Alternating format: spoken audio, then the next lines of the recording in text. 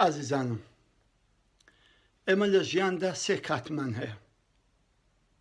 کاتێکمان بەڕێ کرد کە دوێنێ بوو، و کاتێک کە بەیانیە هێشتا نەهاتووە، و ئەو کاتێک کە ئێستا لە ناوی ئەژیم. ئەو کاتێک کە دوێنێ بوو تازە ڕۆیشت، هەتا ڕۆژی قیامەت یەکتری نابینینەوە. جا ئەگەر باشەکەم تێدا ئەنجام دابێ و لاپەڕەیەکی سپیم تۆمار کردبێ، ئەو خۆشبەختی لە بۆ خۆم.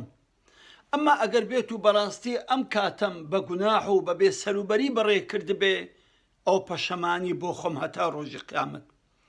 ئەو کاتەی تر کە هێشتا نەهاتووە کە بەیانیە، نازانم دێیان نای. نازام ئایا من ڕوحم دێتەوە بەرێ بۆ ئەوەی بەیانیش ببەمە سەرێیان نا. نازام من ئەبما ئەهلی بەیانی یان نا.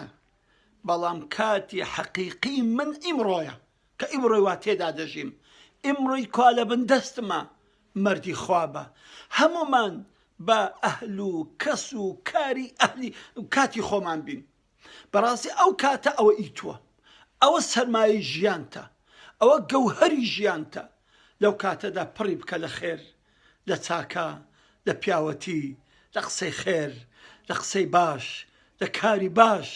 ئەگەر ئەتوو بەردەوام ئەمڕۆی خۆت پاراست، وەڵاهی دنیا و قیامەتت ئاوەدان دەبێتەوە. بەڵام هەر کەسێک نەزانی ئەمڕۆتی، لە قسەی خێر، لە قسەی باش، لە کاری باش، ئەگەر ئەتوو بەردەوام ئەمڕۆی خۆت پاراست، وەڵاهی دنیا و قیامەتت ئاوەدان دەبێتەوە.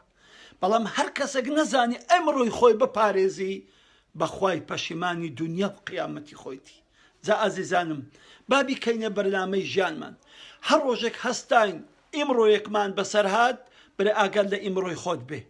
وریای بە ئەمڕۆ ئەو زمانم بە غەڵەت نەگەڕێ، ئەو چاوم بە خیانەت نەگەڕێ، ئەو گوێم شتێک نەبیستێ کە خوا و پێغەمبەر پێی ناخۆشە، ئەو دەستەم کارێک نەکە کە بەیانی پێی خەجاڵەت بم بەرامبەر خوا، ئەو قاسم نەستە شوێنێک کە خوا پێی ناخۆشە، ئەو دڵم نەسێتە شتێکی تێدا نەبی کە خوا حەزی لێ ناکاتن.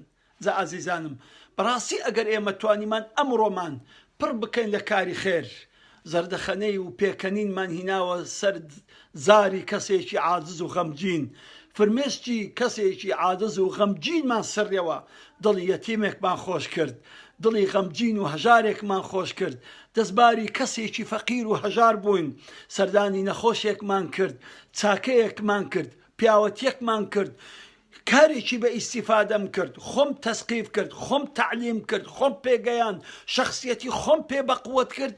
بەوەڵڵاهی تۆ ئەمڕۆت بردەوە، هەموو ڕۆژەکانی ئەمڕۆت کە بردەوە، تۆ بەختەوەری دنیا و قیامەت بەدەست دێنی.